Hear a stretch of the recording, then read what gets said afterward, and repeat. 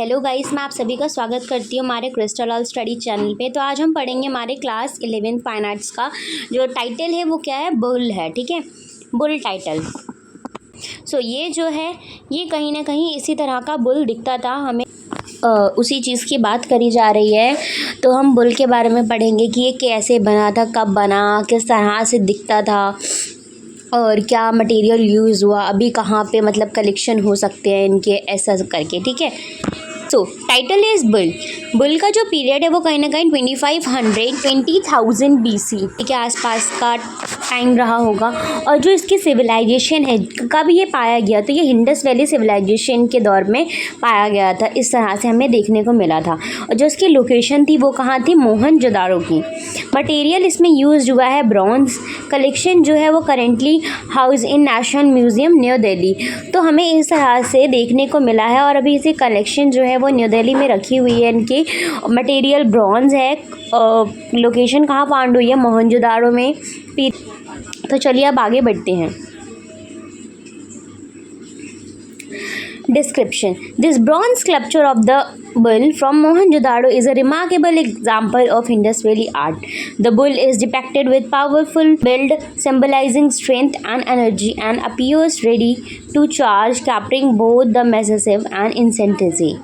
The head is slightly turned to the right, and cord around the neck adds a realistic touch, like symbolizing domestication. तो यहाँ पे बात करी जा रही है कि जो बुल है वो कहीं ना कहीं ब्रॉन्ज स्कल्पचर्स है, ब्रॉन्ज स्कल्पचर से बना हुआ है। और वो मोहनजोदाड़ो का बहुत ही एक रिमार्केबल एग्जाम्पल रहा है इंडस वैली सिविलाइजेशंस के टाइम पे। और जो बुल है वो डिपिक्ट कर रही है फुल चीज़ और सिम्बलाइज कर रहा है, जैसे स्ट्रेंथ, एनर्जी, ऐसे। ठीक है, और जो उसका हेड है वो टर्न है राइट, और उसके जो नेक है वो कहीं ना कहीं रियलिस्टिक टच दे रही है और सिम्बलाइज क्या कर रहा है, डोमेस्टिकेशन को। चलिए आगे बढ़ते हैं।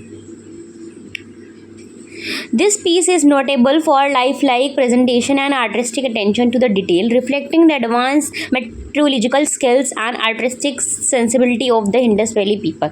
तो यहाँ पे बात हो रही है कि ये जो पीस है, ये जो बुल का जो स्कल्पचर हमने देखा ब्रॉन्ज का, वो कहीं ना कहीं हमें रिप्रेजेंट कर रहा है लाइफलाइक स्ट्रक्चर की तरह।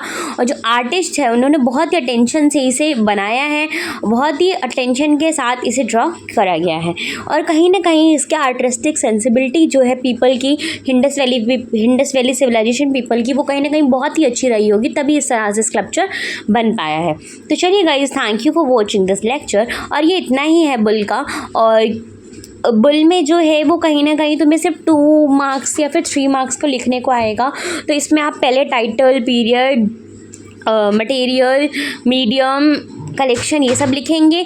देन उसके बाद आप डिस्क्रिप्शन डालेंगे, तो आपका 3 मार्क्स में ये बहुत ज़्यादा वैल्यूएबल होगा।